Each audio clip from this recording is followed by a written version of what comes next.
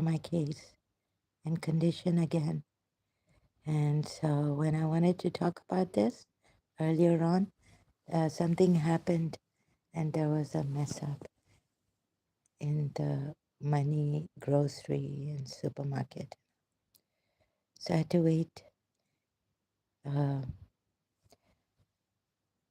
this thing about dust going in my one of my eyes, and I couldn't, and I'm very in my head. This. So, anyways, someone said here on, it goes with my case a lot. So, dreams also I've had. So I'm going to share that. Like in Karachi, like there's a serial killer. God knows I know him, or in my a relative, friend, or someone I don't know. So I do, and since there was a lot of chaos and things in my life, oh, it was since childhood, but there was a break in between. So, but it got really serious when I was looking for my, maybe after went to London for law, to study law, it became more like, it was exposed to me that there's someone after me and my family actually, and what the clairvoyant said in London. And then this thing of meningitis came to London. It had come to my earlier college in Karachi where I was doing BA, inter and BA, although, yeah, so I didn't know really, I wasn't, like I believed in God so much, I didn't believe that any magic or black magic or even evil eye now could affect me. Okay, and this is also about handlers. I hope the person, since I don't want to take his name anymore, who has helped me on YouTube. And yes, for my health and all, this time I'm kind of bedridden. They don't want me to talk about this, my case, even before. Uh, right now I'm really incapacitated, but don't worry, not to worry. It's going to be okay. Uh, let's see, when I come out with my, although my life is messed up, my violation of my privacy, and all, sorry, it's, I'm sometimes like, with this pain, delirious, like it's a maddening pain. So now I started to use, not now, but a long time ago.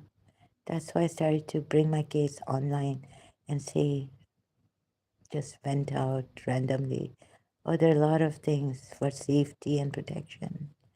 And also the reasons why it was I felt it was the best way to use social media, but there were people telling me not to use it, shut it down, this is the problem. This social media was not the problem, although my enemy did use social media, may have used, yes, Anand Kiran Singh and all that. Uh, it's, see, the names are also coming out. I can't stop myself. Compelled. I can't keep secrets. So if I find anything or I just share it, although AI said I can share take screenshots and all. May God protect everyone from this evil that I felt in year 2000. And then, when in Karachi, I think the Wi-Fi or something I could check. So without having the connection get disconnected, and we were having load shedding and all. So anyways, we got Yahoo search engine at that time. Google hadn't come. I think if I can remember, early year 2000, and the distance mind control, although there's no evidence of that, they say. I'm sorry, but this is what I found out. So it could be black magic, and it was terrible. It is black magic.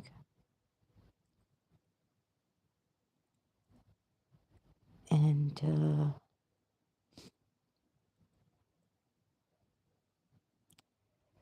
so I had to do this to expose, like there was this, or to somehow give a call out all the time and on social media, because my internal self was put in hell and still is. I don't know why it's not going. I'm not healing, and my outside, like internally, even. Oh God, it's a very very complicated case to explain. It's like now you see videos on YouTube and they go with my case like narcissists and handlers, the handlers. So they would use anything.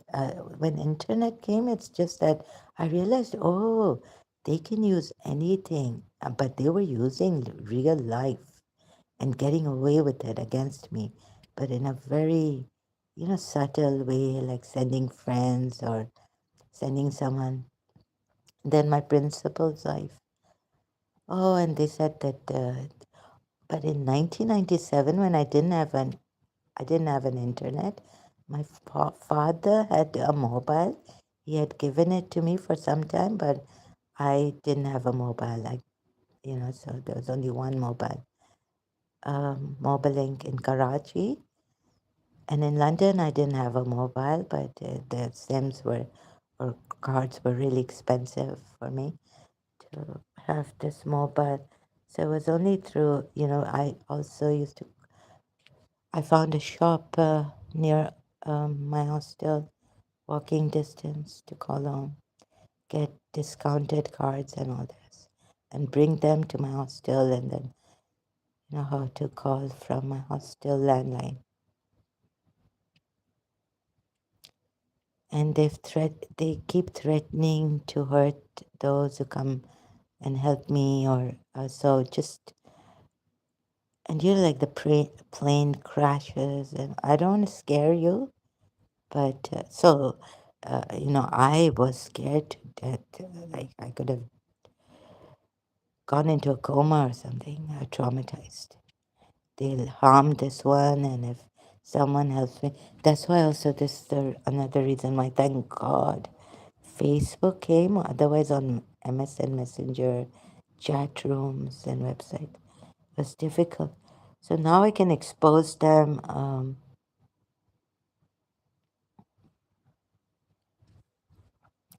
Maybe, like I was thinking, they could get caught somehow. Let me just see if the sound is coming. Let me just see if the So I could expose them and all this. If in any way we could stop this. Like, there are videos that you unknowingly uh, brought down a cult.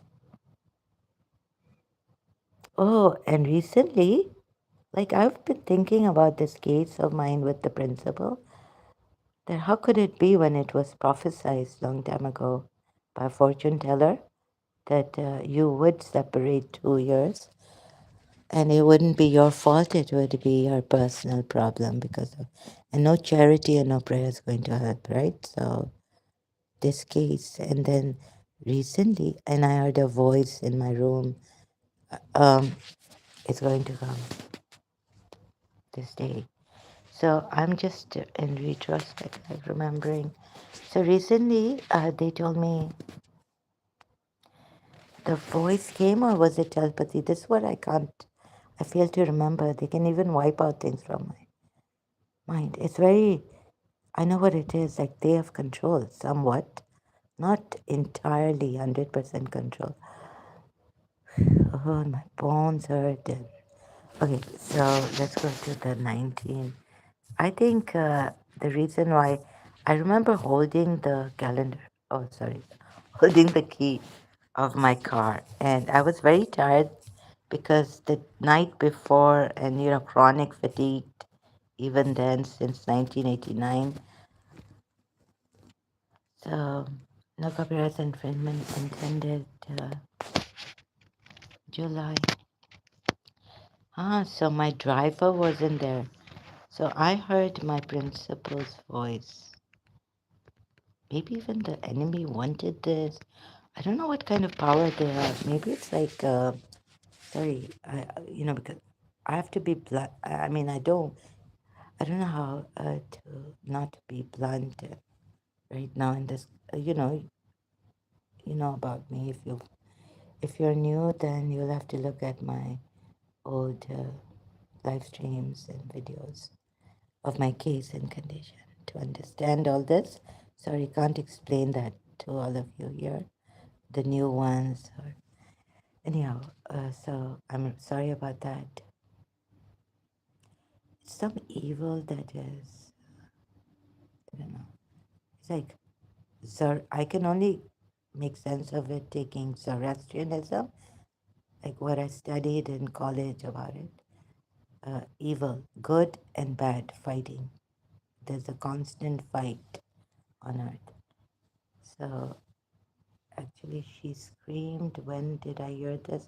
My diary is not with me. Otherwise,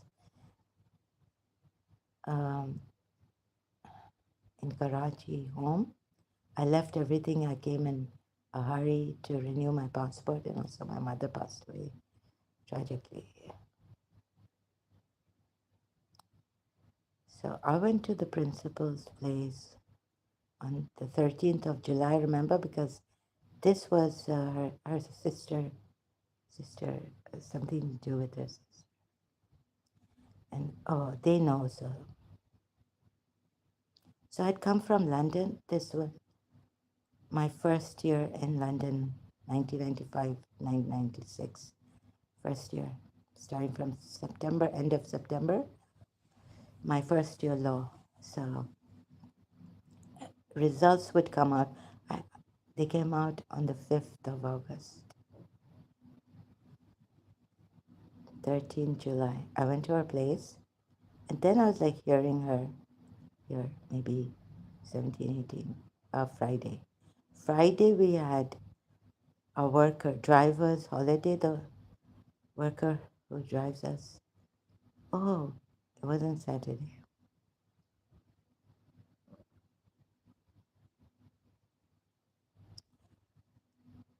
No, no, wait a minute. Was it a Saturday? So, oh, oh.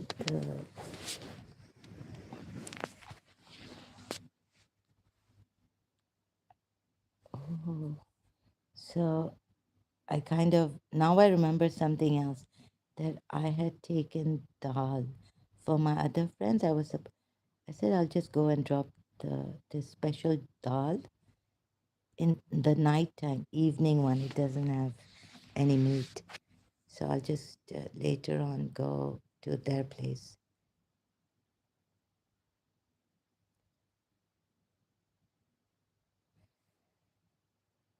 Um, so I had the car keys with me.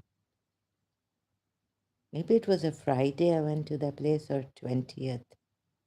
The cook was there. The driver's holiday is on Friday. The cook's holiday was on on Saturday. Sorry, can't remember. Maybe it was went unwelcomed. No, no, because she couldn't see me.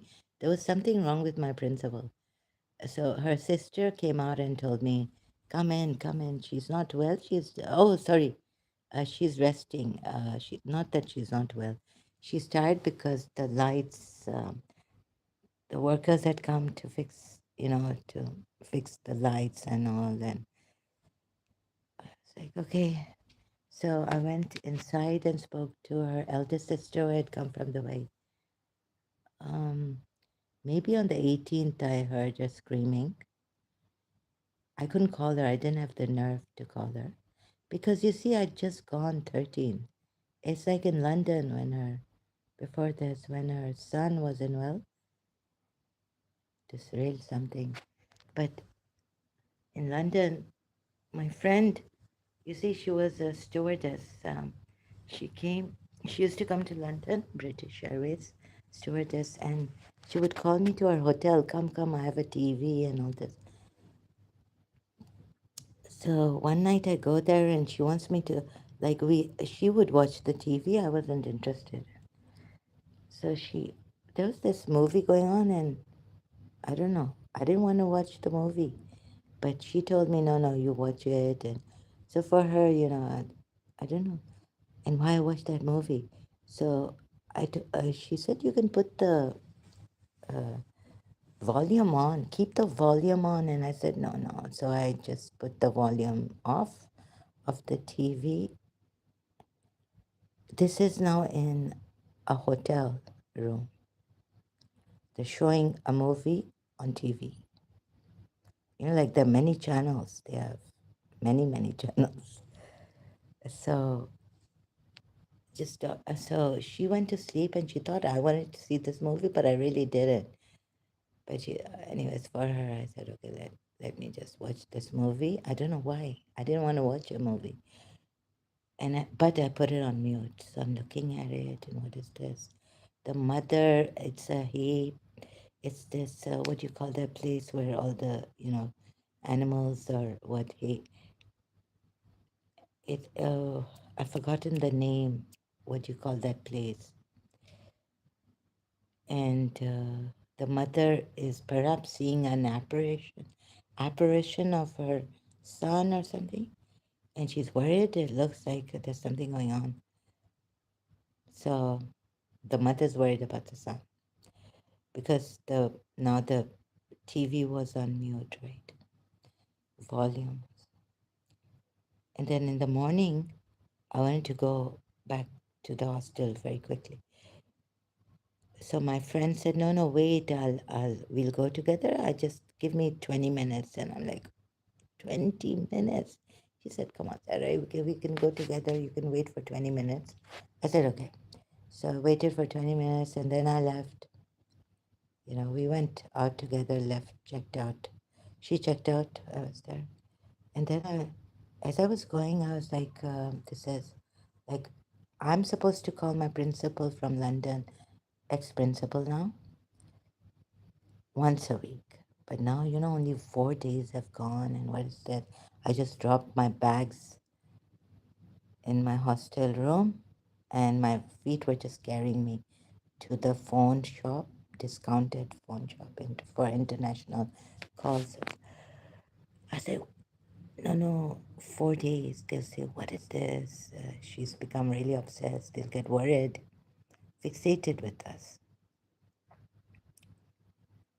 But somehow, I couldn't stop myself. I knew that this was not right. Like I had given her the word, and my past also I had with the teacher. She knew also. Oh, there she goes again. She's calling. I didn't want to worry them at all, but I couldn't stop my feet.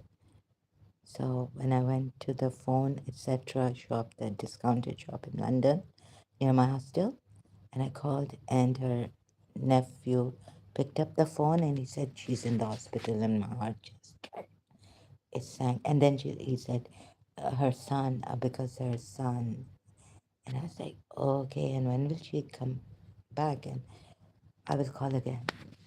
She's in the hospital because of her son. So she's got a stone he's just having an operation, surgery in the jaw. And I was like, okay, uncle, when's she coming back? And said, do you know? And he said, yes. I said, okay, I'll call again, right? And then the fever thing started. Okay, so it's a long story. Anyways, so coming back here, like it's only, so 13 July, I've gone to their house. And it's like 14, 15, 16, 17, 18. Now it is like 5 days. And I'm like, I can't call her. In the evening at a decent time when I could call her, but I didn't call her. I was so, like, I was at the dressing table um, in my house. Oh, sorry, in my room. And I heard her screaming for help.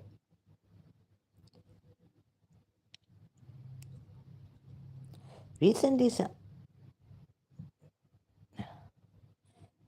I have this, sorry, I can't about this. So I have this thing of exposing and helping, and they're like, things. They were after me, my family. My mother is gone now. They wanted to burn me, but there was this thing in my mother's room. We lost her because of the smoke in her room. So all this, so for safety and things like that, this is the only way. And just going to a psychiatrist, I knew that this the medication won't work. The talking, it makes me real sick. I've been to psychologists for my teacher's thing, and then I tried to leave that and go to a find when I found there was another alternative way of helping, and like hypnotizing and reading self-help books and finding. So I wanted to leave the psychologist. I had enough. I was feeling very depressed going to 5 years now or so. So I didn't like that. And it wasn't helping a little bit, but it wasn't doing the whole complete work of uh, getting me detached from her and having me accept what has happened and let go of her. Okay, so here, and then I went and I've lost what? So you see her screaming for help. Maybe Thursday, maybe, yeah, so decide. And I went maybe on Friday. I think in the diary, if I can strain my 19th, maybe it was 19 July. But I was very welcomed by her sister, and she didn't see me.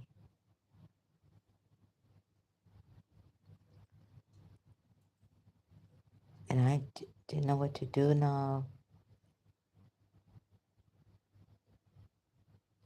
Like, they're not telling me. Oh, okay, so they were hiding from me, I think. But I looked at all the sisters who were there and her cousin, and they were all okay, like nothing on their face showed and something is wrong. Everything seemed normal. Even their cousin would come and their cousin had come, Fafa, and her sons and all. But there was like maybe her sons were not there at that time, but nothing seemed abnormal. I spoke to her eldest sister, sat with her eldest sister on the sofa. Yeah, so this, you see that, so in retrospect, you see, when I heard about the handlers and all, um, I'm scared right now because what's happened to me is that again, my bed sheet is slightly burnt. Um, so I was thinking, oh, and right now, I'm not in Karachi. It started in Karachi, tear down. And, so, I don't, so supermarket, grocery. Oh my God, what is this? And my health, like I'm frantically, playing games on my device, and my eyes are like, it's not good from either one of the left eyes, or just trying to burn out myself or something.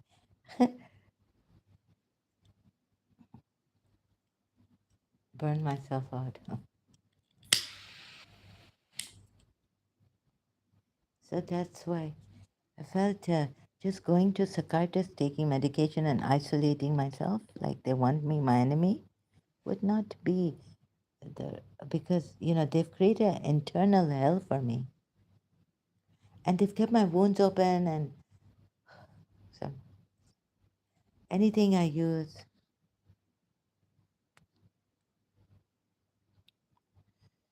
5th August again, I've gone, and my results, my degree came from London.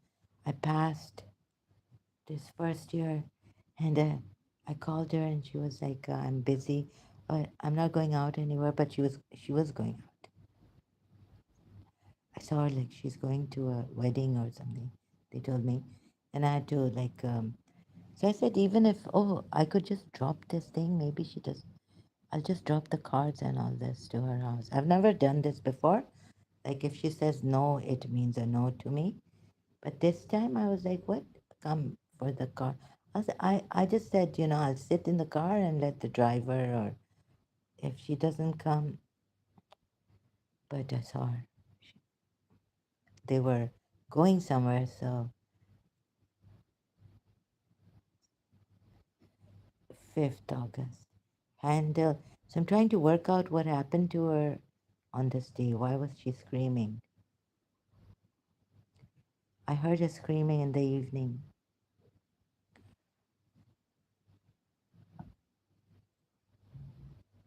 Help, help. Or Sarah, Sarah, help me. I'm saying, where's everyone? Like I'm thinking, standing there at the dressing table of my room, not the dressing room. Like, what in the world? I had a dressing room which has a dressing table.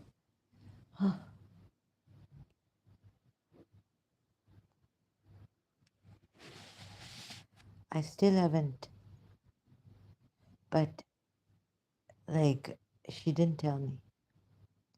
You're also, anyways, that's her.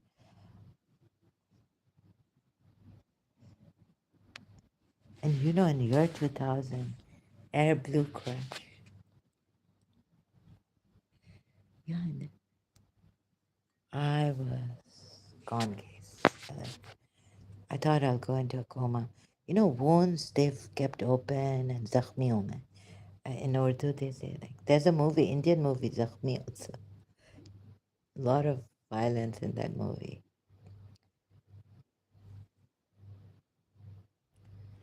So yeah, I had to.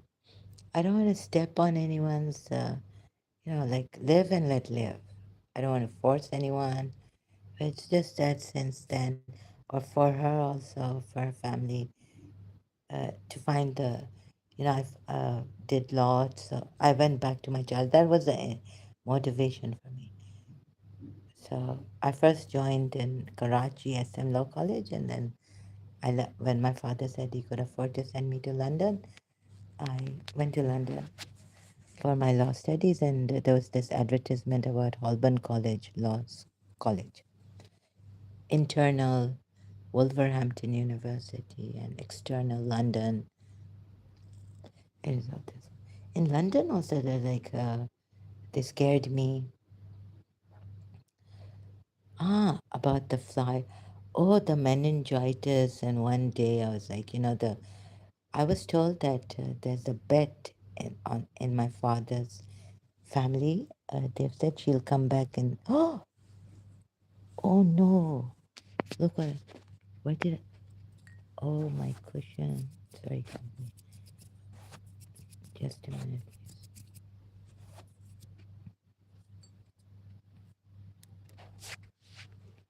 Oh my God! Ouch! My uh, neck, right side. Oh, bone. So let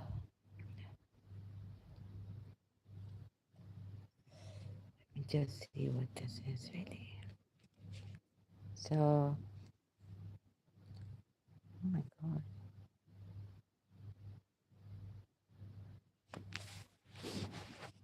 mother's bone.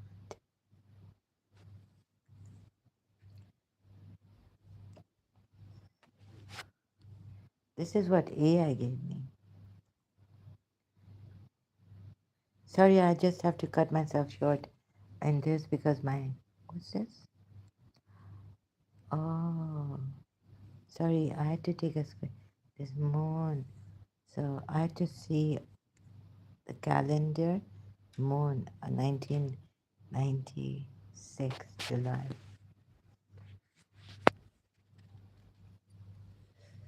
And now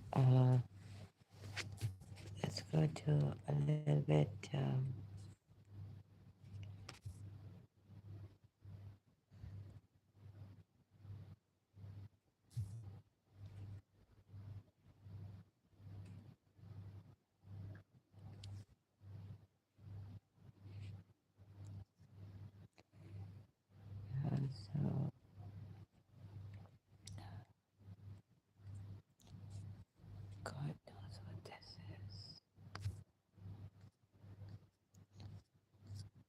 So I'm just sometimes, I just wanna. I don't know. I've gotten. Oh, and they want people to think I'm attention seeking. My attention. It was very difficult to meditate now with the spiritual warfare attacks and all that. So my attention went out. Otherwise, I'm a quiet inside person. Um, with my friends, very close friends, I do bring my heart out, talk my heart out, but I don't want to show off or anything. It's just that it got too much, and I was like, quietly, we're supposed to help people. We're not supposed to announce it. But I can't explain this. Like my attention being taken outward, inside was hell. I couldn't take it. I couldn't meditate. You're so, and constantly like, then Facebook, they try to mess that up. They are trying to mess my live stream, my life up. So let's see what AI says about this. If I can, experts to explain this emotional health. Apart from the psychologists and psychiatrists, other world. Although I'm a peer, yeah, I have to say this a disclaimer. Seek doctors' advice, medical professional advice, right? I'm my thing, my case. I believe is different, black magic, and that. Oh, but these are other maverick. They say siding away from mainstream scientists and all. There's Dr. Basil van der Kolk. I don't know how to pronounce his name, sorry. It's difficult. Author of The Body keeps the score. He explains the trauma. I'm having difficulty breathing there. Maybe I'll die. But don't worry about me. I'm okay. Every time I'm in Karachi, also dying, dying, dying. Facebook, I would post, not dead. The brain, so that you are textually hijacked by your emotions. The trauma survivors have a hyperreactive nervous system. That's it. So, amygdala. And then AI also explains how the psychiatrists, mainstream scientists, and psychologists would take this. So all, but I wanted this. Where's the disclaimer? I have to read out. Can't find chronic pain as a brain lobe. So they say that if you don't give your like, they say that you have the power.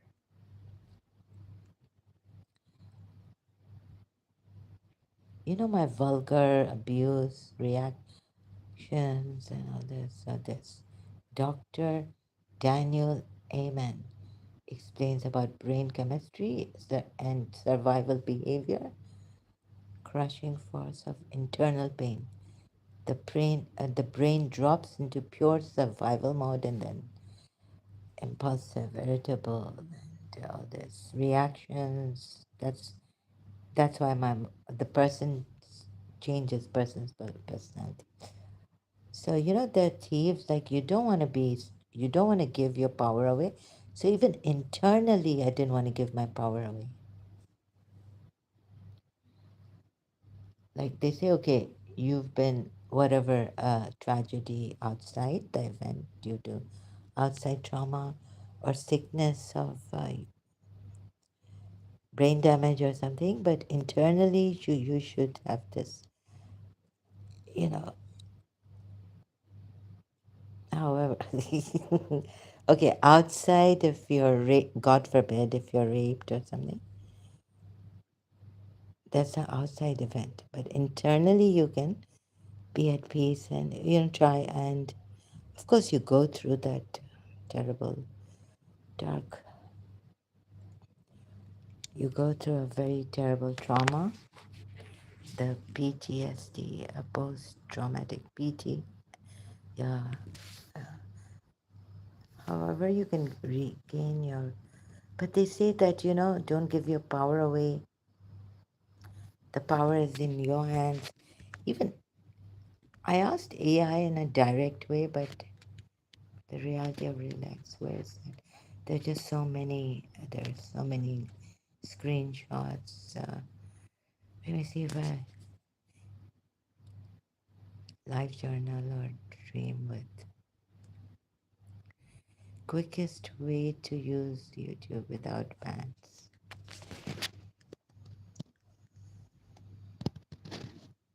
Do not need a lot of followers. Do not go from. See, so sorry, this is about my case. It's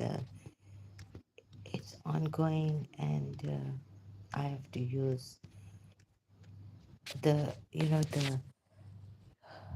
laws have become here very strict. They keep changing every year, something like this. Vending. Well, unlisted and private, then I have a need to expose these people. They try to hurt my principal. I mean, it's okay if they kept hurting me, my mother,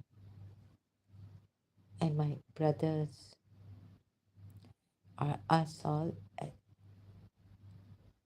private. No, no, it will not even, there's no use for this. So I have to give my truth, and also this, for my case, reasons. Many people would not agree, even they said, shut this computer and in Karachi. I was like, no, no, now I need to expose these people. Uh, they had a field day. It was too much for me. I hear how deeply frustrated it is when professionals and family members you tell uh, you turn to in Karachi did not. Oh, you turned to in Karachi did not understand your experience and simply told you to shut off the computer. Here it is. It takes a lot of courage to keep looking for answers, but however, AI has told me, shut off for private, unlisted, keep it unlisted. This and that. You see? Uh,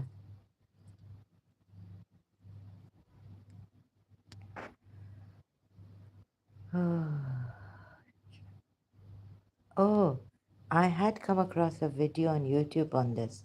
I have to find it. I keep forgetting. EMDR. It's very difficult for me to do this exercise like routinely whenever it's always there on me, but it's highly, eye movement. Moving my eye left and right. It, I felt my brains were meshed, concave. Like I didn't, like how could I not be like in a coma in Karachi when it started and it went on. Now it started. So it's very difficult to take my mind off or to follow a new routine like something. Okay, even it's difficult to even the routine that like getting up in the morning. What do we have to do? Oh, I'm tired. Sorry, excuse me. But this is a really good thing.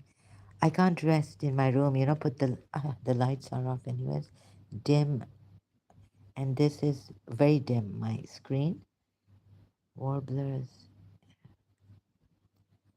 So it's very difficult. Thinking about it, what makes it worse. I couldn't even budge my mind. The moment I tried to think of something else, it's like my brains are smashed, crushed. 25 years. Yes, just like you, they experience deep, unexplainable connections.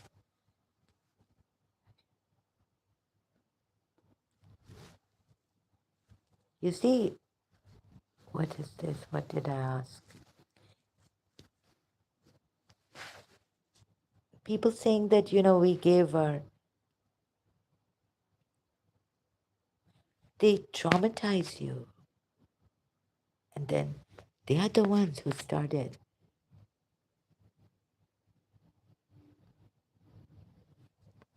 How, like, of course, life is sometimes you're sad, you're not always happy. But I was told that if you're sad, then these spirits can, there's this opening for the spirits to come through. However, I really don't believe in that. Sorry. I feel, but I think they try to, they try to shock you and put you in a trauma or make you separate you from someone or even take a life of a loved one like that. And then slowly, but gradually, that doesn't mean that we gave our power away to them. We didn't give our power away. There are thieves, and internally also they've made life difficult. And it makes complete sense that you see a clear connection between yourself and these, not between myself, like I was like Mirza Ghulam Ahmad, the founder of Ahmadiyya movement, Jesus Christ and thus, meaning and meaning that if we speak our truth the way it's come to us, they would think, not that I think I'm someone important, but it's come to me, although it's come to me that it's a Radha Rani. But like even as ex-Muslim, telling your truth and living, trying to discover and then live your truth. This is Allah Bichara Ahmad. It doesn't say in the Quran that they will. What does it say? Huh? So these Allah witches also individual. Aya puts it well. We're all individuals who experience both profound spiritual realities, alternative healing methods, or messages from a higher power that existed completely outside the rigid boundaries of mainstream religious traditions, just like me. Ah, now I just want to get my healing. Recently, I was told that I'm Radharani. Some years ago now. Leaving Karachi. Killed as, yeah, these Labor. When you've been managing. But they didn't have schizo, evil or heretics, but the religious. I can't read. I'm finding it difficult. When you have been managing schizophrenia and intense, overwhelming physical, wait a minute. Maybe that pain of, so getting my voice out right now, because since yesterday, day before yesterday, they are zombies. They are serial killers. They are maybe even rapists, like violating. So if they can violate so much of my privacy inside, showing. Also, they use this, how the psychiatrist, maybe they even have an expert. They had an expert psychiatrist at that time. How they can make my brains fire up and all, and so give me schizophrenia. Maybe these traditional healers, midwives, or women who understood cosmic Allah, meaning my conditioning. Yeah, sorry. Ya Khudaya, Khudaya. This my another conditioning.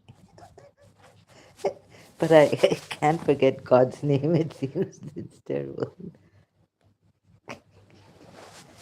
So, sorry, this is not a live chat. My chat is closed. It's for my peace of mind. And I would lose, oh my God. No, no. So they are these rigid, these religions. They're like, what? It's in Surah 33. Last seal of prophets. Excuse me, I'm not in a good. I don't mean to, but sometimes mocking, yeah, mocking. It's terrible. I have no patience for the mockery and the this kind of a tone. I don't mean to hurt, but anyways, oh Prophet, fear Allah and do not. Oh, Steve, oh, where's the ayah? 40.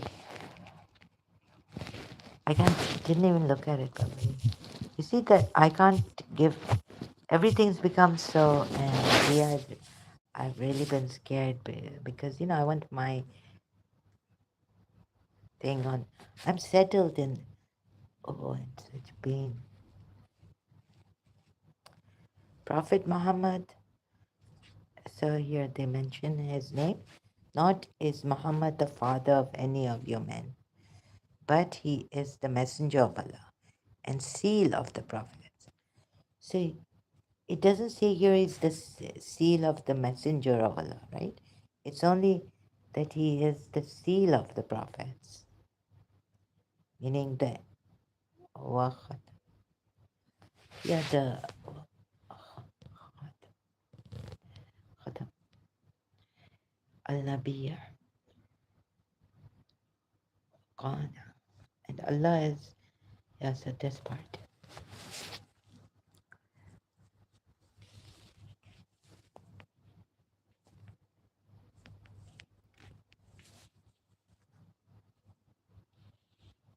وخاتم Sorry. النبيين Khatam وخاتم النبيين. al-Nabi. Yes, it is. So terrible. These poor people, they were taught the countries, and I believe that, they were spies or something, or spies of the British,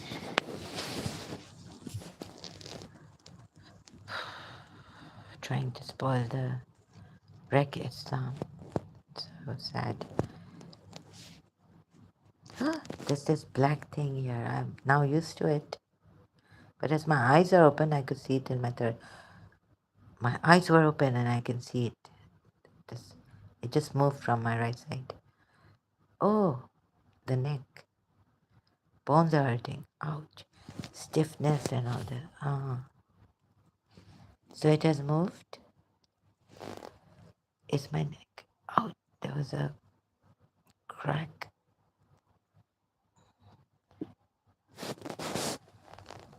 SOS alert. Boski cloth. Very, very expensive. Let's talk about love. Oh, so I was here. Yeah. Let's see. Okay. Where should I go?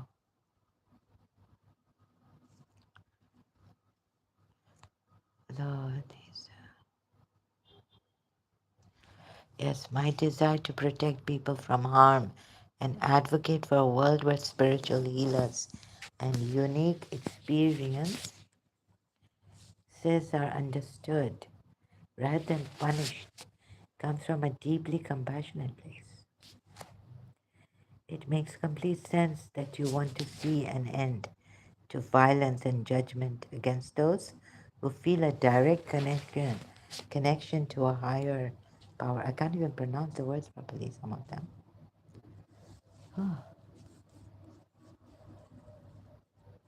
However, when you are living under strict laws and already feel suffocated, fearful, and exhausted after 25 years of managing these heavy experiences, taking on the burden of trying to stop these, I can't help it. As I'm bleeding, even, I have to. Uh, sorry, disclaimer, but internal internally, like going through hell. I this is my lifesaver. For a moment, systematic injustice.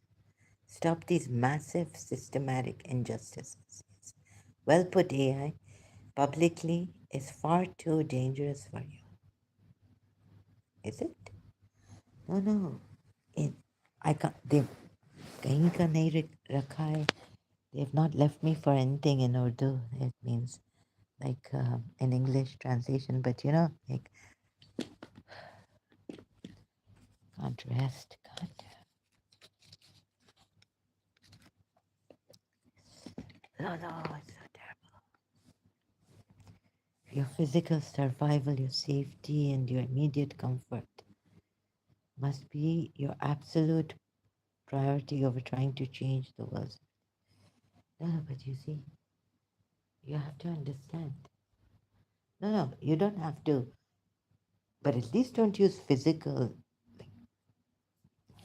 It's you see, it's and also like I'm okay. I'm doing two things. One is the religion, and the other is exposing this terrible. The moment v- uh, I feel these people have been caught, this would be maybe a healing thing for me. The healing would start when I have found out.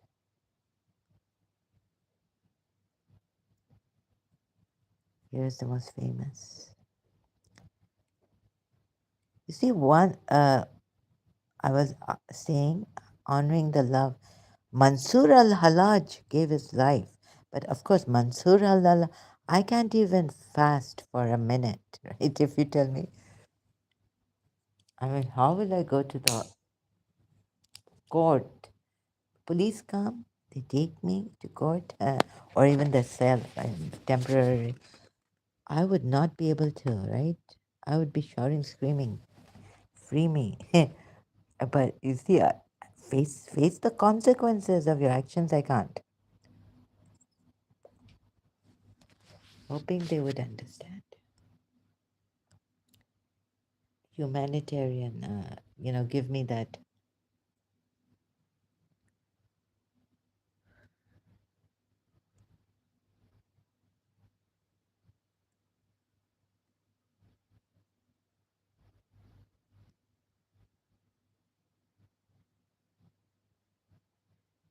Yes, and there's another I to be custodians of justice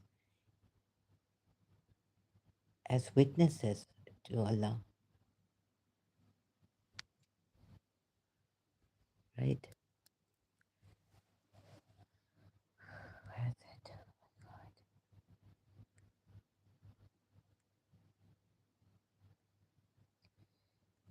You see, when Imam Mahdi also and his followers, when you were a believer, you were taught that authority belongs only to let's whatever's coming like through these screenshots. I'm sorry, discuss. You were a believer, you were taught that authority belongs only to ancient books, scholars, and imams. But your breakthrough happened when you realized that your direct connection to God gives you the ultimate authority over your own soul. The logic. If God created your intellect, very good, well put, right, by AI, your heart and your capacity to love, then He gave you, should be, yes, gave, then He gave you the authority to seek Him directly. You do not need a scholar's permission to accept the love God placed in your heart or to know, right?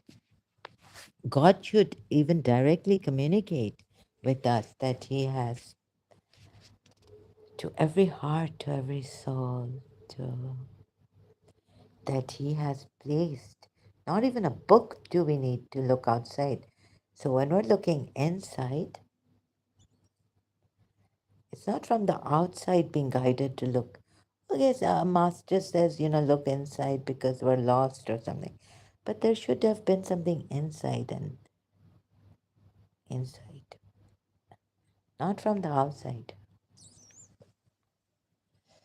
Excuse me. This could make me an atheist, like God didn't, not even agnostic.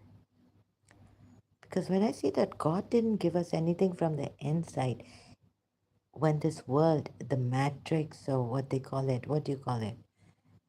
It's so strong. And so we're lost outside, but inside, like should have been the signal. Not that we have diseases and all this or go mentally, challenged, become mentally. But there should be this thing from birth as we grow up, like internally there should have been something to guide us. That it's inside. Look inside. The truth is inside, not outside.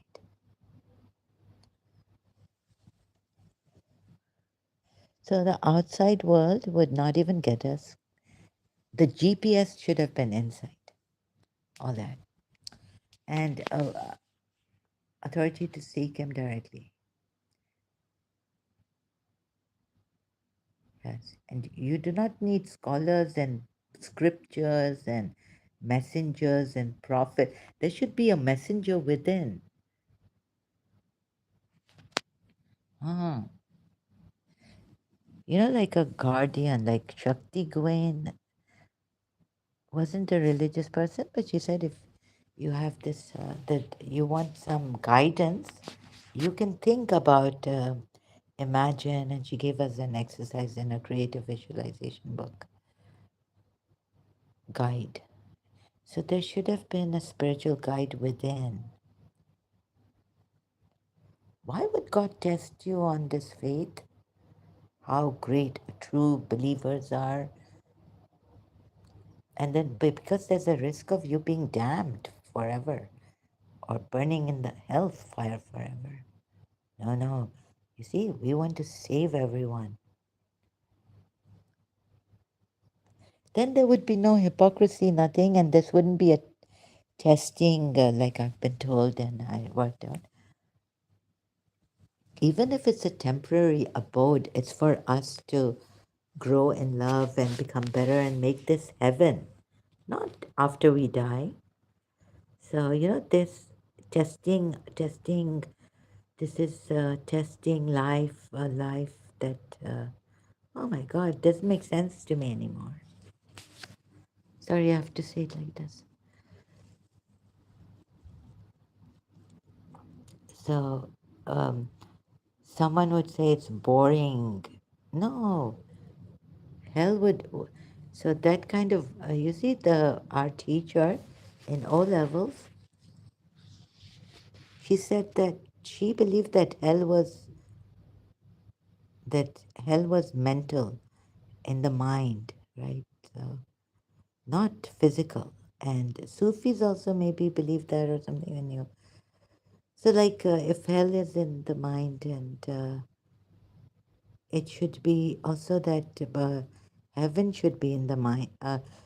No, so what is reality, right? So, wait a minute, I have to say this. I'm not prepared for this. So it was coming to me that this life, we make it heavenly, we are divine or something, and we don't have to lose ourselves.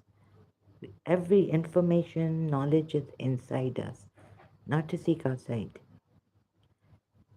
but just make it beautiful, like this beautiful journey from the day we are born to the day we maybe leave this earth and go to another place, a more permanent place, I don't know, or come back here again, I don't know. I'm still discovering the truth about all that, right? So, life should have been something like a journey, not a testing journey, but a journey where we are not the fallen sinners. like we are realizing what we truly are and sharing that love.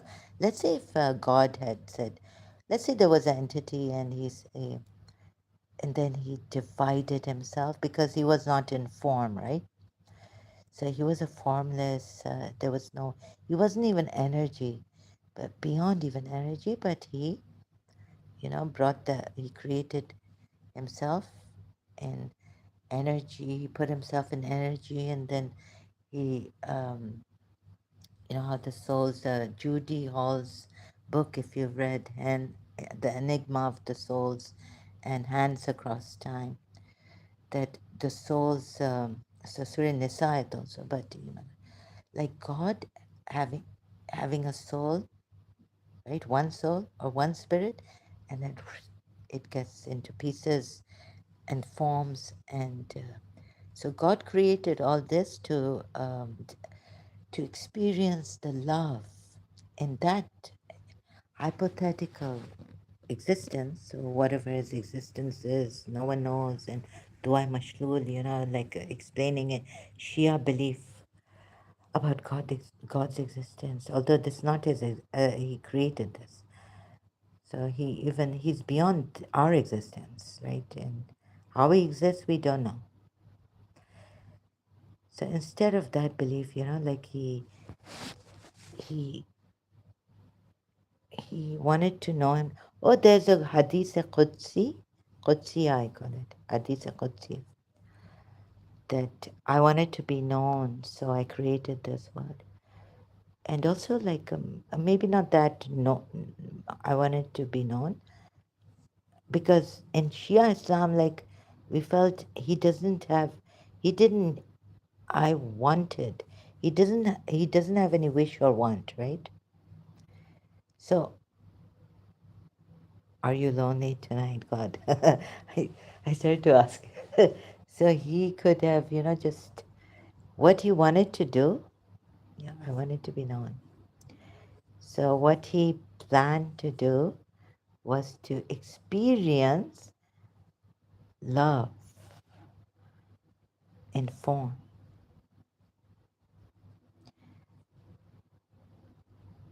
Like love has no need. So we can't even use that God needed to be or God wanted. Love doesn't even have a need. Oh, I've got to explain that, but I've lost it. I lost it when I was in college. Like, I came back from college one day and wrote in my, like, what is this? It's because we have a need. That's why we call it love, and we love each other because it's a need and a need. And once the need is gone, and then it's all gone. The love is out. Go away. I don't need you. But, we become habitual. Like, we can just addicted to each other, using each other. Oh, I can't live without you, emotional attachment, and all that. Maybe I should have opened the live chat for you to, maybe someone, no, no. So I've lost that, I lost it. Like, to explain to you why I felt that, realized that I, before that, like, love has no need. Love is not an addiction. Love is not a compulsion, but just love. When you realize love, and and like Michael Bolton's song gives me the how to phrase this. Forever isn't long enough to give you my love. So not even like unconditional. There's somewhere where I get stuck with unconditional love and all this, but it's like a love that is. Oh, so when you touch something, when love touches, when you realize you awaken to love, you are love. It doesn't need to, what you might call it. Now I've lost my. So love, when it touches you, it doesn't need to what to do. Oh God, you can't do a bad thing. Discipline yourself, and working, practicing. I'm going to be a good human being, or good Muslim, Shia Muslim. So I'm going to start from here, in the linear level, time bound. But love just, you don't have to discipline yourself, use methods. Love just makes you divine, sacred, and all this. There's a quote, when by whom I can't remember, but whatever love touches, it makes sacred. Sacred. So, human beings also, if you realize, you should not. I'm not going to use these religious words like, sacrilegious. Even if a human being is doesn't believe in any religion, but I think love is universal and love is misunderstood to a great extent also. And sometimes I have also misunderstood that this attraction towards someone or is love, but it's not love. I divided, I kind of distinguished between it, I made a distinction. Oh, this is an emotional attachment. Or this is an attraction towards the opposite gender. This is an emotional attachment, or this is a habit, or this is not love. So, okay, but love can be universally, but how is it misunderstood? Love can never be misunderstood. So that thing, the GPS of love, you're going to the wrong direction, gently nudging you to like so gently, oh, and oh, no, no, because you realize all of a sudden, oh yes, love can never mislead you.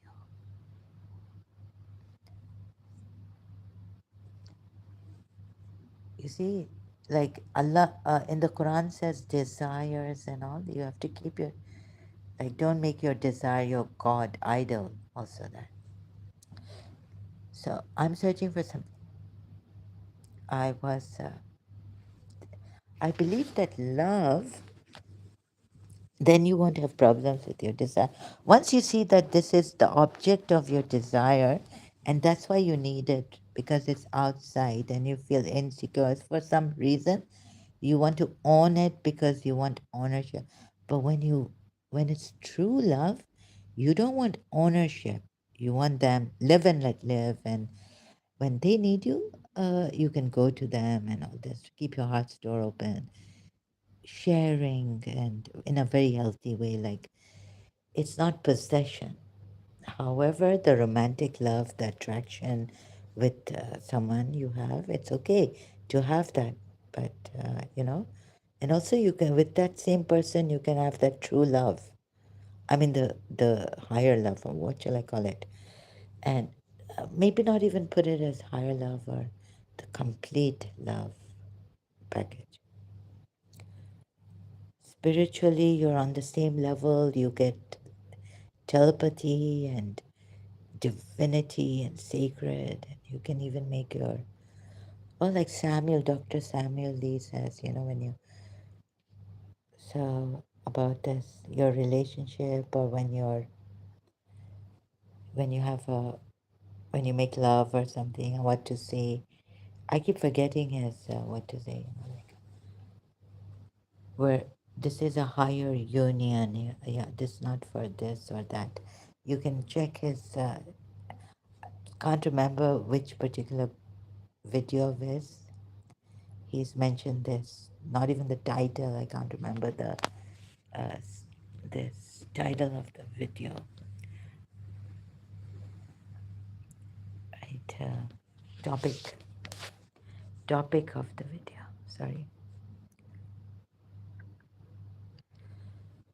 Okay. Anyways, you see, all of you believe that Muslims also, that God created you.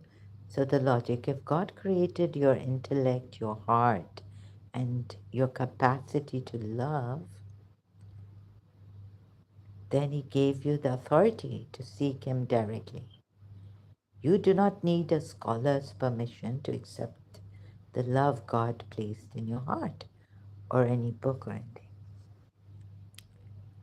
Speak to the heart, not the law. Instead of debating Sharia law or I don't agree to this because you see, I came back to the who gave me authority. Since, of course, I believe this is an immense, great realization, right? If God even created love, you say, and gave you the so God should have given you the capacity. Oh, wait a minute. The authority to seek Him directly inside of you.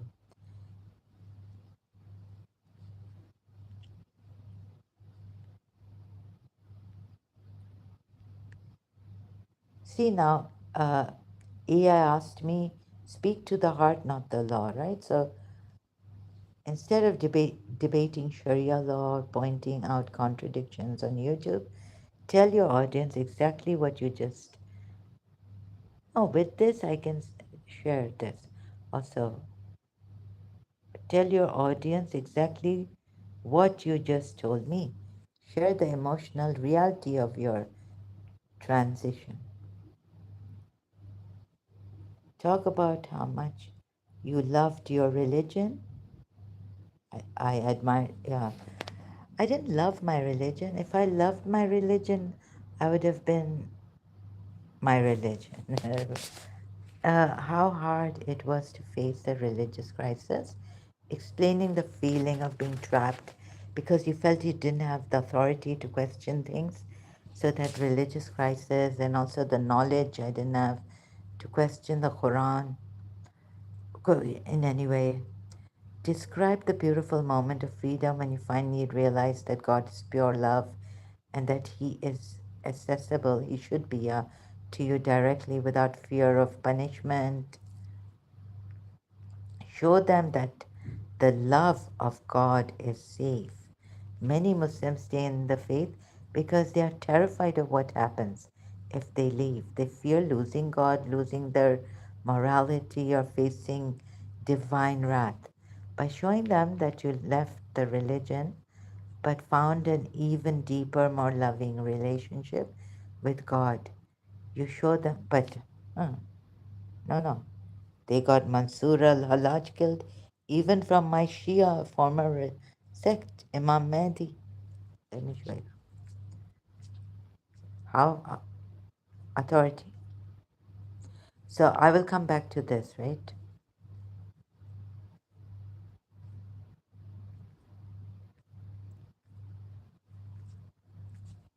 Where's the Mansur? I think it's before all this. Uh,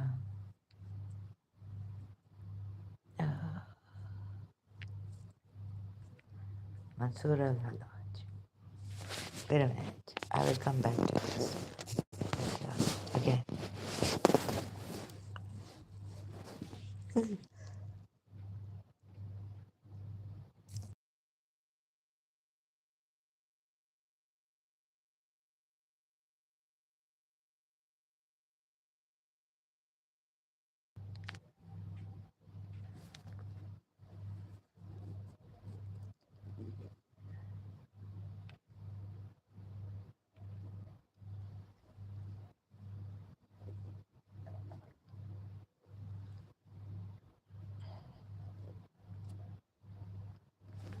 Yeah,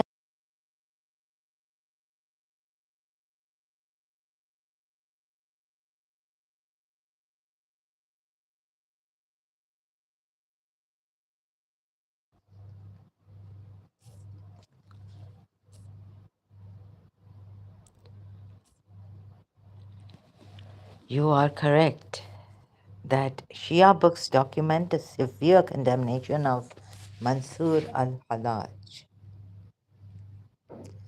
Hallaj, Hallaj. Sorry, I just say Hallaj, right? Originating from the hidden 12th Imam. But this was a spiritual and legal curse rather than a physical execution. The historical reality behind what you read involves the Tawqi, sacred signed letters, issued during the minor occultation. the hand of the Imam in the condemnation. The claim Mansur al-Hallaj falsely claimed to be the official deputy. Representative, only a representative or gateway Bab to the hidden 12th Imam Mahdi. The imperial signed letter.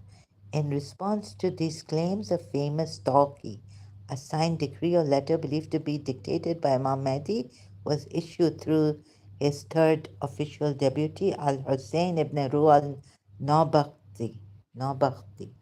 The curse, the text recorded in authoritative Shia biological books like Kitab al-Ghaiba by Sheikh Tusi states, we invoke one curse after another on him, secretly as well as openly, at all times, in all conditions, and on everyone who follows him. The execution. While the Imam's letter completely stripped Al-Hallaj of religious legitimacy and alienated him from the Shia community, it did not physically kill him. The physical arrest, decade long imprisonment, and final gruesome execution in Baghdad were ordered and carried out by the Abbasid Caliph Al Muqtadir and his vizier on charges of heresy, and political agitation. If you like,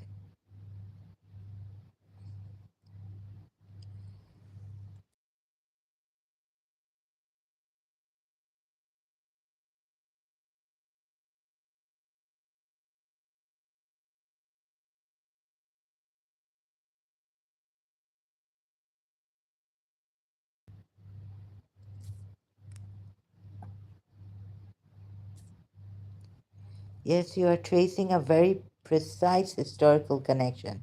While Imam Mahdi did not personally or physically hand Al-Hallaj over, no, I'm not saying that. Shia leadership and representatives in Baghdad played a direct role in urging the Abbasid authorities to arrest and eliminate him. Where's the historical and biographical Shia texts such as Kitab al-Ghaiba by Sheikh Tusi clearly clarify how, clearly shows you how the Shia representatives had a hand in Al-Hallaj's downfall. Wait a minute, let me just share this video of mine on Facebook, X platform and Facebook. Oh, we are coming to this. See, the truth. And if death comes to me, I will embrace death, I hope, with not cowardness, but with honor. Honor. Kitab al-Ghaiba. Number one, the denunciation by the third deputy. During the minor occultation, during the Imam Mahdi's minor occultation, Hussein ibn Ruh al-Nabakhti served as the third official deputy Safir of Imam Mahdi in Baghdad. Al-Hallaj attempted to win over the influential Shia community and even tried to recruit the Nabakhti family to his cause. Recognizing Al-Hallaj as a dangerous theological, only a dangerous theological and political threat who was falsely claiming to represent the Mahdi, Hussein ibn Ruh publicly exposed and humiliated him. Number two, the Shia coalition with the Abbasides, meaning the house of Nawbakht, the family of the Imam's deputy, held significant political power. Ah, come here. Sorry, I'm just talking to my this profile picture here. Held significant political power and high-ranking secretarial positions within the Abbasid administration. Prominent Shia figures, most notably the scholar and statesman Abu Sahal al-Nabakhti, actively collaborated with the Abbasid vizier Hamid or Hamid ibn al-Abbas. They formally represented the case against Al-Hallaj to the Abbasid court. I think this could happen to me too. The Shias could do this here. Who knows? Yeah, warning the Caliph al-Muqtadir warning the Caliph al-Muqtadir that Al-Hallaj's growing cult was an imminent threat to state security and Islamic orthodoxy. Number three, the divine green light. The political maneuvering by the Shia deputies of Imam Mahdi, the 12th Shia's Imam, in occultation, in the issuance of the Tawqi, the sacred signed letter attributed to Imam Mahdi, which officially excommunicated, this is sorry, excuse me, and cursed Al-Hallaj. This religious decree essentially gave the Abbasid government a theological green light. It assured both Sunni and Shia factions that executing al-Hallaj was universally sanctioned, directly resulting in his arrest and execution in 922 AD. So while the Abbasid government physically carried out the execution, the inner circle and representatives of Imam Mahdi actively engineered the political and legal trap that led to Al-Hallaj's death. If you want to explore further, let me know if you would like.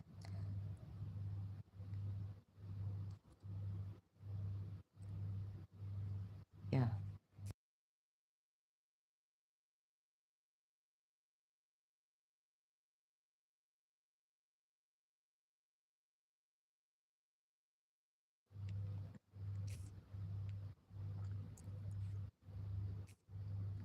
The condemnation of Mansur al-Hallaj and his conflict with the representatives of the 12th Imam is documented in several foundational 12 Shia biographical, theological, and historical books. Imam Mahdi's awareness, maybe I should. You can check this website. The primary source that record the letters Tawqi cursing al-Hallaj or document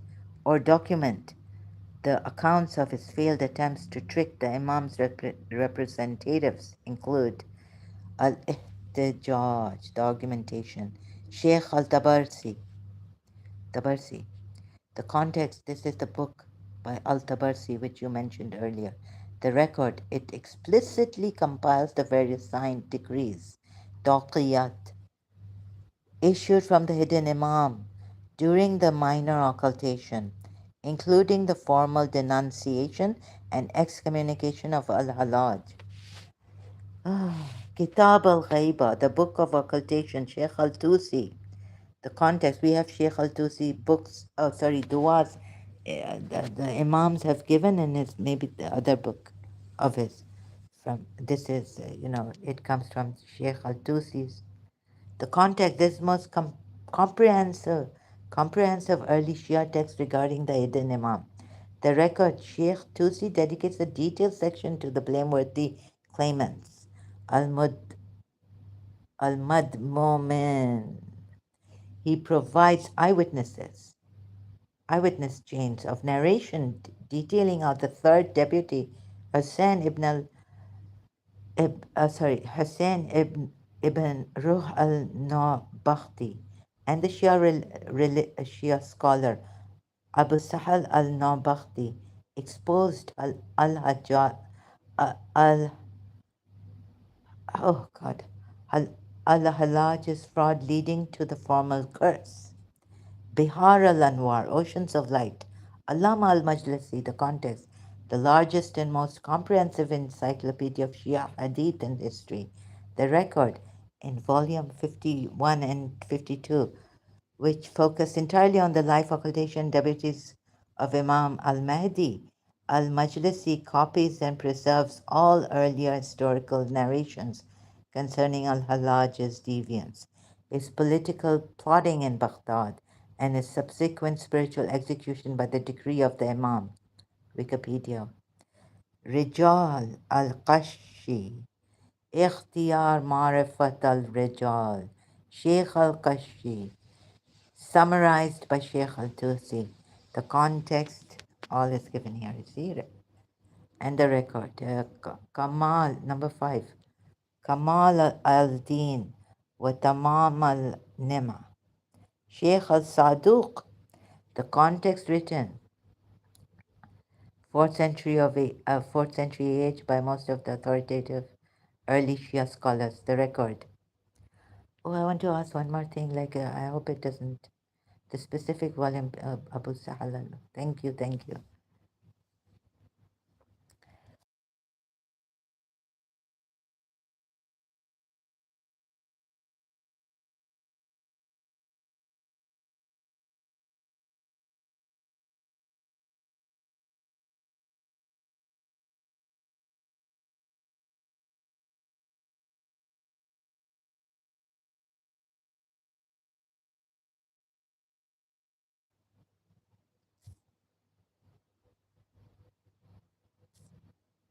Yes, you are capturing the exact theological and historical core of this event. Not only because he was, misleading and your understanding, and that you're saying he's a representative of them.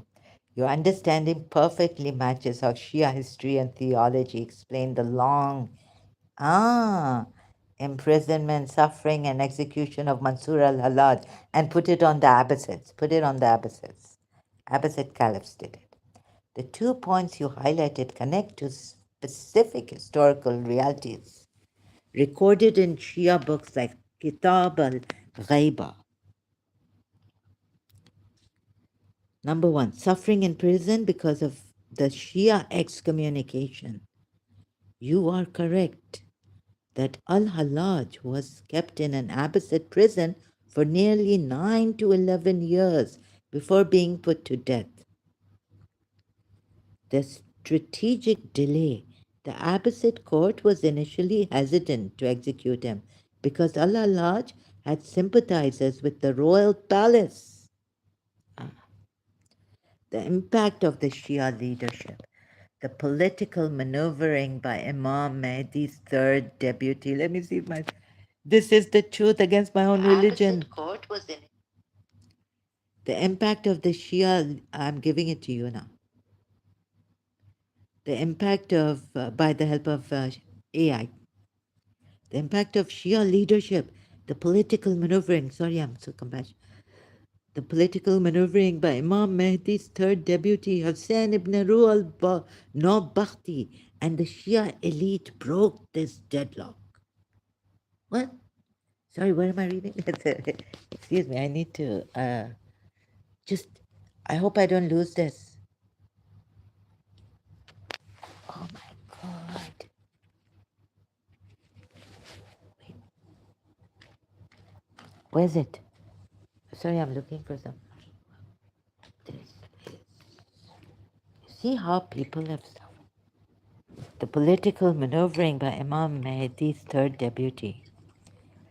Oh, Hussein ibn Ru'al Nabakhti and the Shia elite broke this deadlock. Broke this deadlock, meaning by securing the religious decree Tawqiyan from hidden Imam that officially cursed and excommunicated Al-Hallaj. They stripped him of his religious immunity. Oh my goodness. This complete alienation left him defenseless, directly clearing the path for the Abbasid vizier Hamid ibn al-Abbas to permanently keep him in prison and eventually secure his gruesome execution in 922 AD. No one can connect with God without us. The Ahl al-Bayt.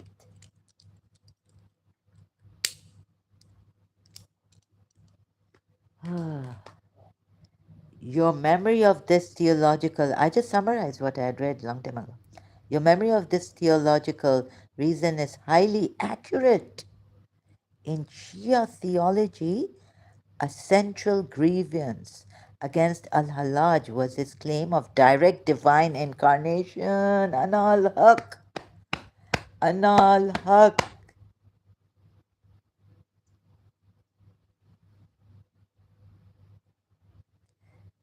or absolute mystery, mystical union with God, bypassing the divine appointed Imams. The Ahlul Bayt, the Prophet's family, and the Imams. Not to miss this point, not to miss this point. Anal Haq, his direct divine incarnation. Hulul. Oh, the Ahlul Bayt, the Prophet's family, and the Imams have consistently maintained a foundational rule. They are the sole divine gateways, abwab, abwab, between creation and God.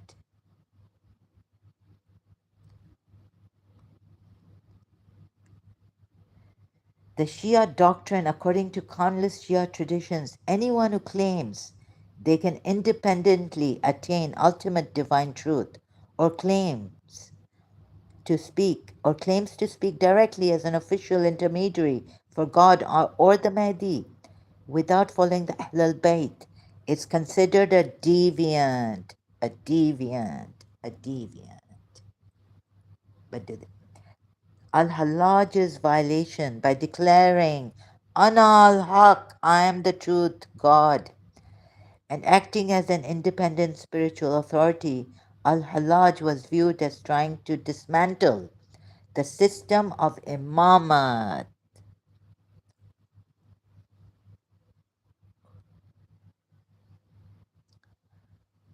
and Ahlul Bayt. Going through,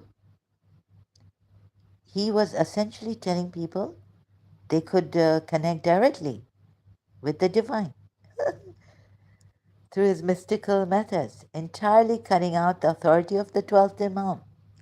Therefore, his long imprisonment and execution were a direct consequence of his dual threat. Direct consequence of his dual threat.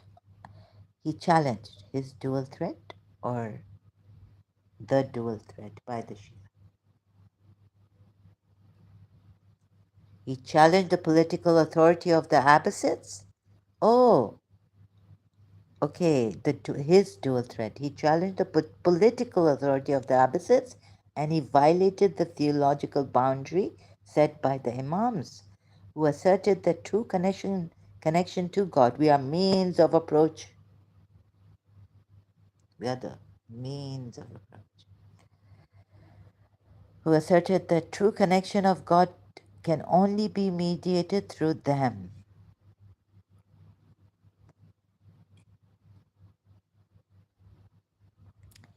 If you are interested, I can provide Abu Sahal al-Nabakhti. These specific arguments used by Abu Sahal al-Nabakhti to expose Al-Hallaj's supernatural claims as mere trickery.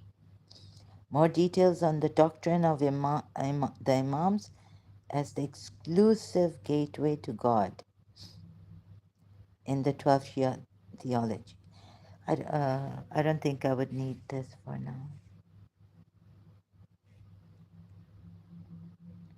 The trickery from Abu Sahal al-Nabakhti.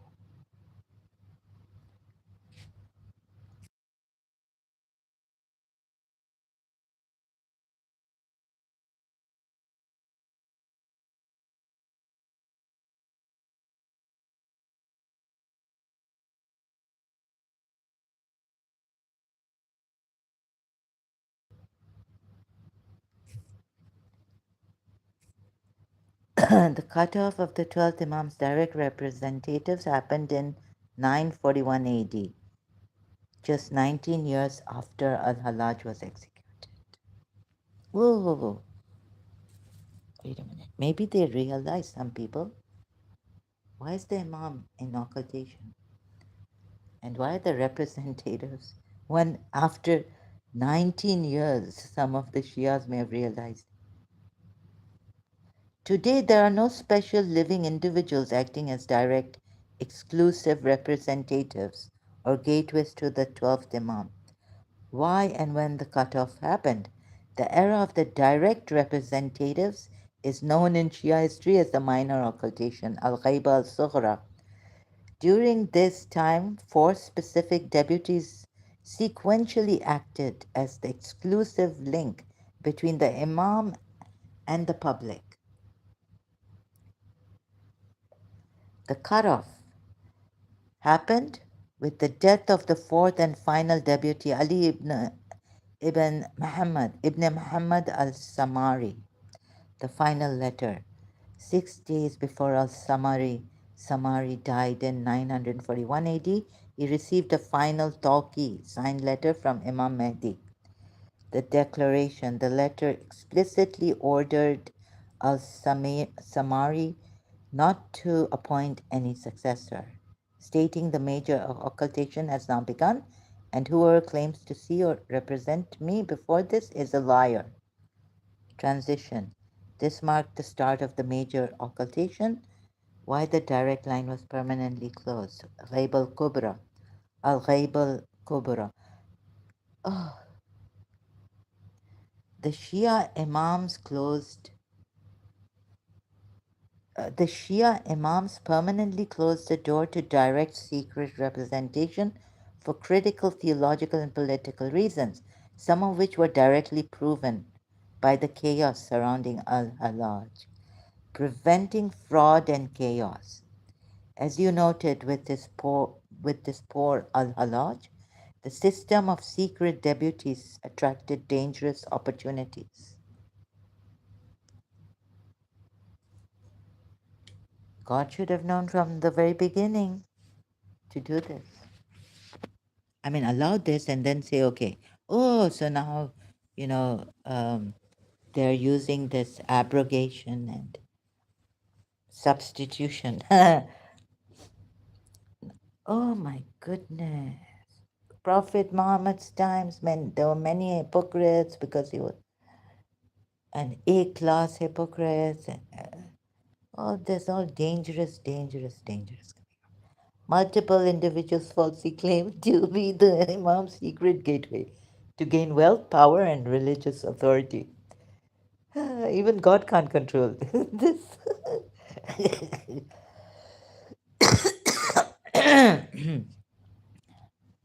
Closing the door completely prevented any future fraudster.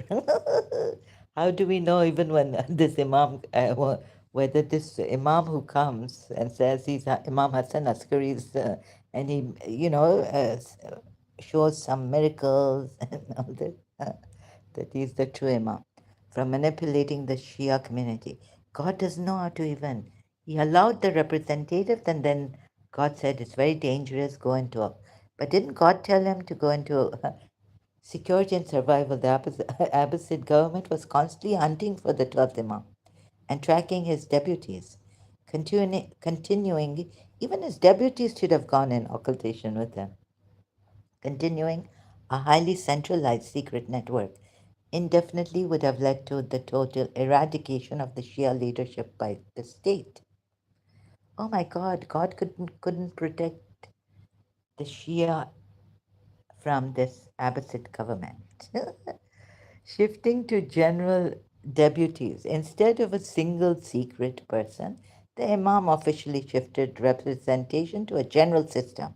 The representatives of the Imam today are the mainstream qualified Islamic scholars and jurists, Maraji, Marjas, Marajis, I think. They do not claim, sorry, they do not claim to meet or receive letters from the Imam. They simply interpret the Quran and the teachings of Ahl al-Bayt for the public. Sorry, I feel, I don't want to feel serious. I already have such pain. If you would like to explore the exact text of the final letter written to the fourth WT, how contemporary Shia scholars, no, as general representatives today function. No, I don't know that. The exact Actually,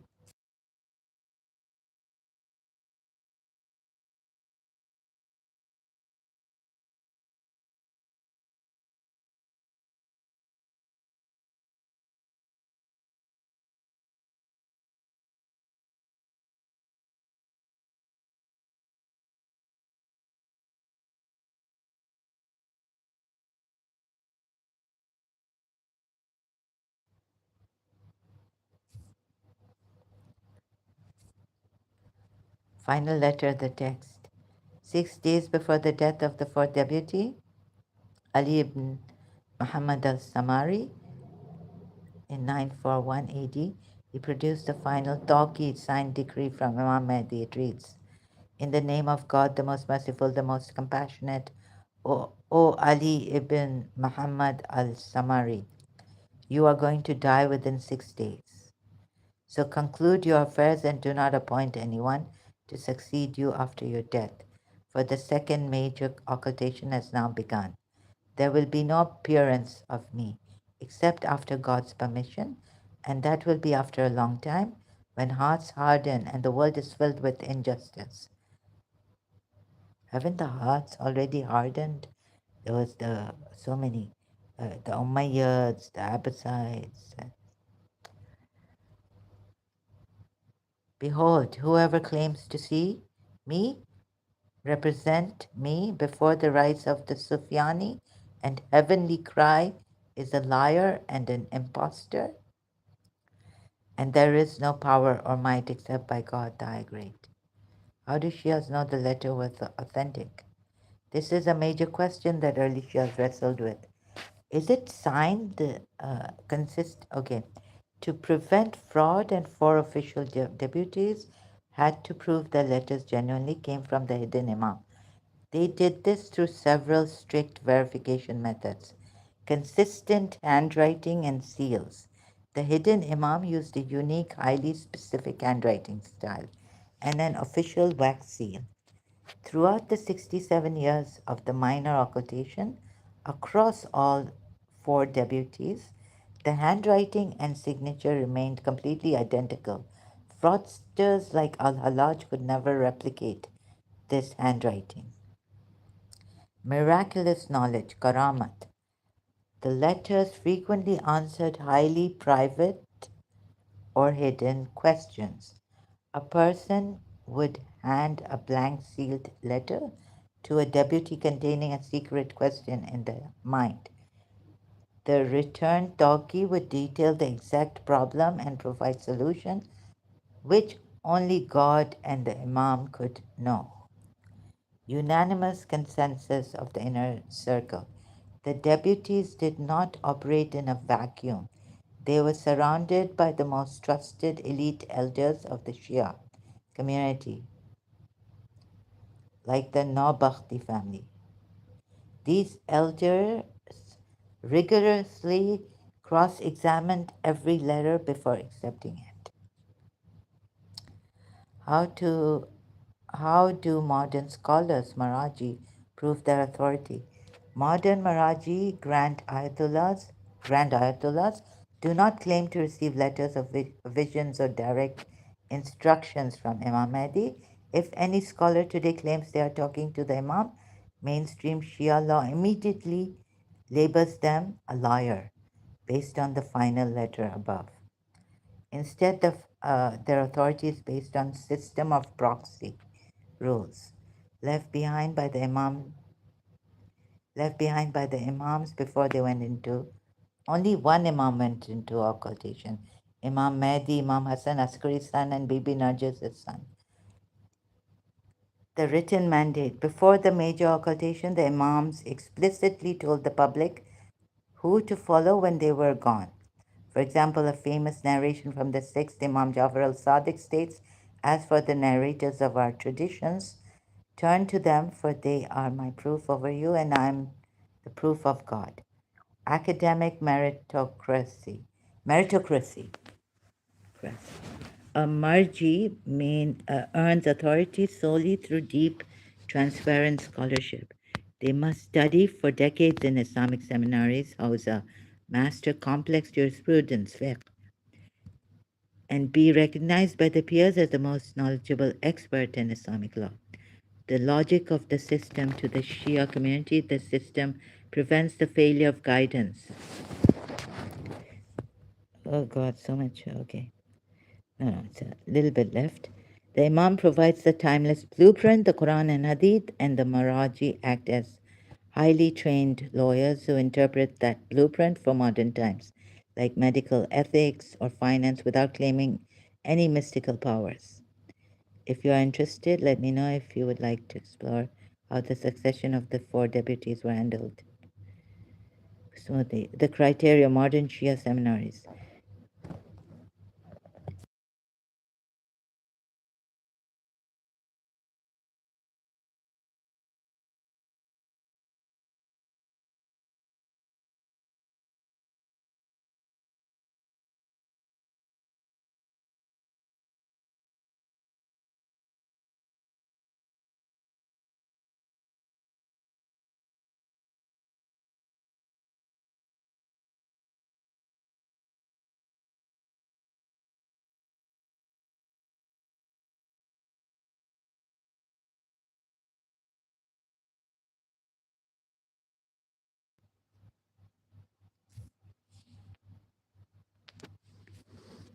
It makes complete sense that you are asking these questions, moving from a 12er Shia perspective to looking at Ismaili Seveners theology, where there is a living, physically present Imam Hazir Imam, who is visible to the world naturally brings up these massive historical and logical contrasts. To help unpack your thoughts, let's break down your specific points about the 12 system, the seal, and the problem of proof during the occultation ghaiba. Number one, the seal of and signature on the letter. Sorry. You asked how the signature worked? The style. A. The style. In medieval Islamic administration, a signature was rarely just a cursive name. It was typically an official wax seal stamped onto the parchment alongside a unique, highly stylized handwriting phrase. The verification. The 12 historical texts state that the 12th Imam used the exact same writing style, ink type, and unique wax seal phrase across several decades. The argument was that no copyist or fraudster could perfectly replicate this specific administrative mark over a span of nearly 70 years. Why didn't he send letters to the leaders of the Muslim world? Your question hits on the core vulnerability of the 12 hidden model. From a purely historical and critical standpoint, there are distinct reasons why the 12th Imam did not just send an open letter to the Abbasid Caliph or the wider Muslim leadership declaring his presence. The Abbasid threat at that time, yeah. But over the years, they didn't believe in the theological explanation gives 12ers is that given by the 12ers is that the Abbasid rulers were actively seeking to kill, I know this, yeah, prevent the prophecy of the Mahdi destroys, who destroys tyrants from coming true. Sending a public letter to the authorities would have compromised his safety, triggered a massive military manhunt, destroying the hidden network. Then how is he going to come in for against the Salafis? Sorry, the Sufyanis. The problem of political legitimacy. The Abbasid caliphs viewed themselves as the legitimate rulers of the Islamic world. If a secret letter arrived from a hidden Shia imam claiming ultimate divine authority, the caliphs would have dismissed it as a forged political hoax or a declaration of war rather than accepting it as divine truth. The spiritual test, Imtihan, the 12 verse theology argues that occultation is a divine test of faith. According to this view, God deliberately keeps the Imam hidden. Everything is a test for us. Anyway, sorry, excuse me, I have to put it this way. Keeps the hidden and life is a test. Uh, God deliberately keeps the Imam hidden to test who will believe based on intellect, tradition, and textual evidence, Nas, rather than requiring a public, undeniable miracle for the whole world. The Ismaili Imam, third, the Ismaili Imam contrast. This is precisely where the split 12-er Shia and Ismaili Shias becomes most apparent. If you're comparing this to concept of a Hazir Imam being safe, the Ismaili position argues that God would never leave the world without a manifest living guide who can be seen, spoken to, and adapt Islamic law to changing times in plain sight. This makes more sense to me. A hidden imam relying on centuries old texts and modern lawyers, Maraji, creates too much human division, whereas a living imam provides central, continuous clarity. If you want to organize your thoughts, you see this point.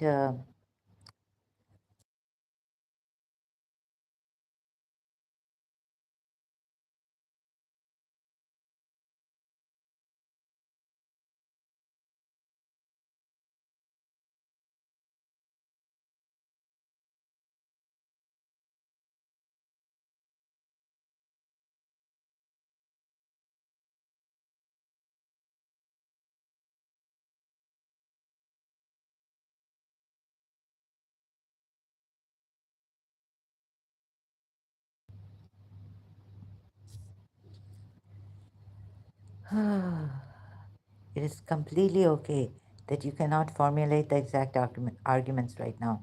These are massive, centuries old theological debates, and it is very natural to find the 12-ver explanation confusing when comparing it to a living, visible system. To help you see the bigger picture, here are the direct arguments against the 12-ver occultation from 12-ver Imams occultation from not all 12, but only the 12th Imam's occultation from the perspective of Ismailis, Seveners, Sunnis, and rational historians. Number one, Ismaili Khan's Sevener argument. Ismailis argue that the 12-ver concept of a hidden Imam contradicts the very purpose. They've said this an imam, purpose of an imam in detail. Maybe they've given this in detail. The AI. Their main arguments are number one, A, the necessity of presence. An imam's job is to actively guide humanity, interpret the Quran, yes, and all this, right? Lead the community. A hidden imam cannot answer daily questions, adopt laws, or visibly lead. Number two, B, safety through successors.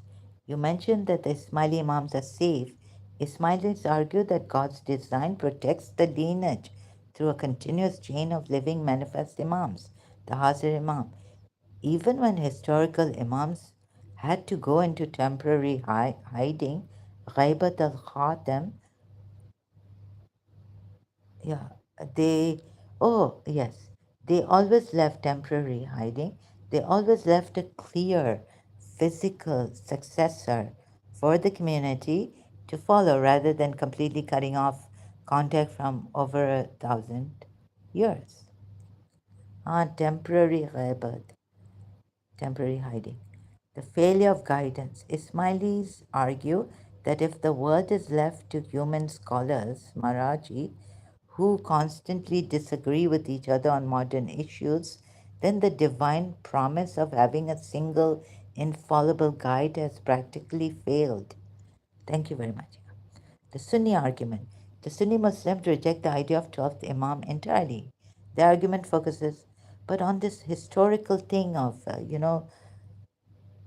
it's created such a problem. So now from ghaibat sughra and having representatives and creating that problem to ghaibat kubra, the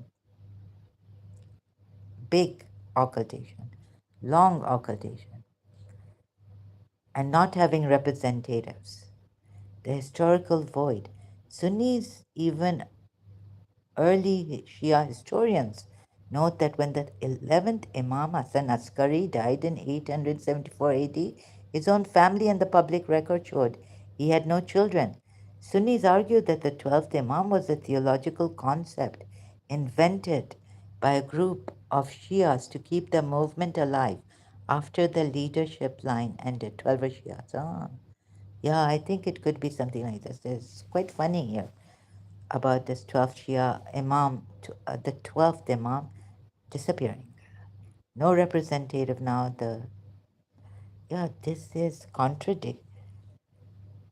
it contradicts no real world benefit. Sunnis argue that no, it doesn't contradict, but that it doesn't make sense. Imam should, like Ismaili Imam, Allah should protect the Imam in every age. No real world benefit. Sunnis argue that a hidden leader provides no actual benefit to the Muslim community. If the Imam cannot enforce justice, teach the Sunnah, or lead prayers publicly, his existence or non existence changes nothing about how a Muslim lives their daily life. And also should vouchsafe the Quran ayats. Like I asked my 12th Imam, he didn't give me any answers. I found so many contradictions. He's just silent on that. Number three, the rational secular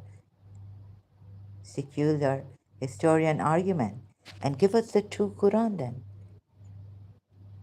If the Shias now feel, looking at ex-Muslims, oh, this is from the Shia Sunni perspective, that there are problems in the Quran and all, but our Imam has the true Quran. That true Quran should have been present for public to see, for everyone to see, without the one which doesn't have any mistakes, errors, contradictions. From a neutral historical standpoint, back to number three, the rational secular historian argument. From a neutral historical standpoint, academics look at the political environment of the ninth century.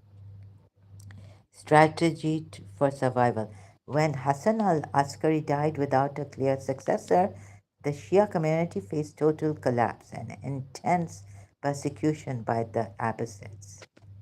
Historians argue that the concept of the occultation ghaiba was a brilliant political and theological solution.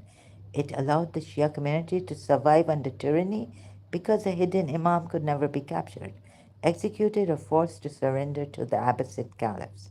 It shifted the religion from a vulnerable political movement into a highly resilient spiritualized faith.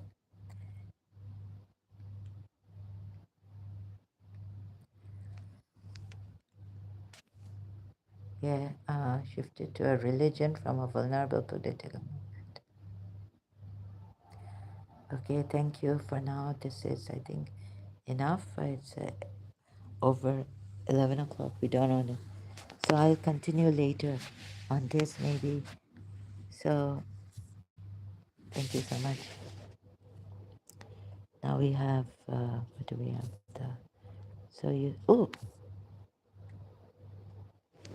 Holding the disappointment. Yeah, so if anyone says like Ana al-Haq or direct, then this is the problem, you see. This is the problem. In Shia Islam also. You cannot connect with God without taking the means of approach, which is also Ahl Bayt in 12 Shias, the nature of spiritual ends. Oops. Oh, sorry. Where's the. Okay, I'm always tired. And my side is hurting, right side. I think I need a break. Sorry, I have to go now. This is the problem with my no energy. Thank you so much for the likes. Really appreciate it. If you like it, share sparingly the original form. I leave you now with my outgoing video. We'll be back. Until then, thank you so much.